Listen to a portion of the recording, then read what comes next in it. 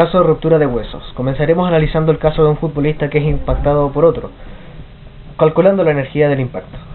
Con esta fórmula primero vamos a calcular la velocidad perpendicular al hueso, modelando el impacto como un triángulo rectángulo donde el ángulo de impacto es de 60 grados, el cateto opuesto es la velocidad con la que el jugador impacta. Conociendo entonces la velocidad perpendicular, podremos calcular la energía del impacto con esta fórmula, considerando una masa de 70 kilogramos. Luego, en el caso del skater, vamos a utilizar la altura del salto, la aceleración de gravedad y la masa igual a la anterior para calcular la energía de caída, y con la misma fórmula podremos calcular la altura que se necesita para que ocurra ruptura por pandeo o por compresión. Luego, para estudiar las energías, primero necesitamos saber que el hueso tiene un radio interno y un radio externo, datos con los que calcularemos el momento de inercia de superficie, la sección del hueso, con la sección el volumen del hueso y el módulo de cizalla. También necesitamos conocer las tensiones según distintos modos de fractura, es decir, en el pandeo, que es cuando dos fuerzas opuestas tensionan el hueso y lo curvan; compresión, cuando dos fuerzas opuestas comprimen el hueso y lo deforman; y en el caso del futbolista, flexión, cuando una fuerza perpendicular desplaza el hueso.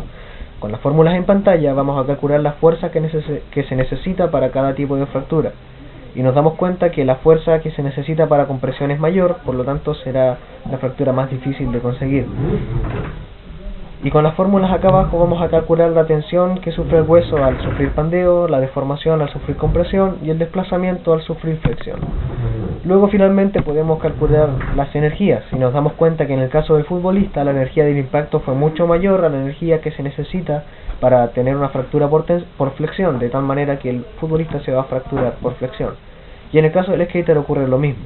Compararemos el pandeo y compresión y nos damos cuenta que en nuestro caso la energía para producirse compresión es menor, de tal manera que el hueso cederá de esta forma.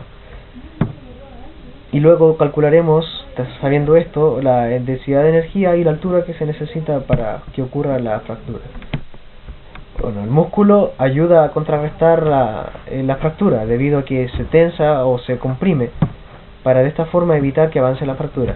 Calcularemos con esta fórmula con la fórmula de tensión la sección del músculo que necesitamos para que no se produzca la fractura, y nos damos cuenta que los valores son elevados y eso es imposible, así que la fractura ocurrirá. Otro mecanismo de defensa que tiene el hueso es su porosidad que tiene en el interior, que impiden que la fractura avance, que avance el quiebre, de tal manera que el hueso no se quiebra completo, sino que esto ayuda a contrarrestar. Con esta fórmula vamos a calcular el factor de intensidad, y con el factor de intensidad la tensión en la punta de quiebre, lo que nos permitirá concluir que a menor radio de los poros, menor tensión en la punta de quiebre, por lo tanto menor intensidad de la fractura.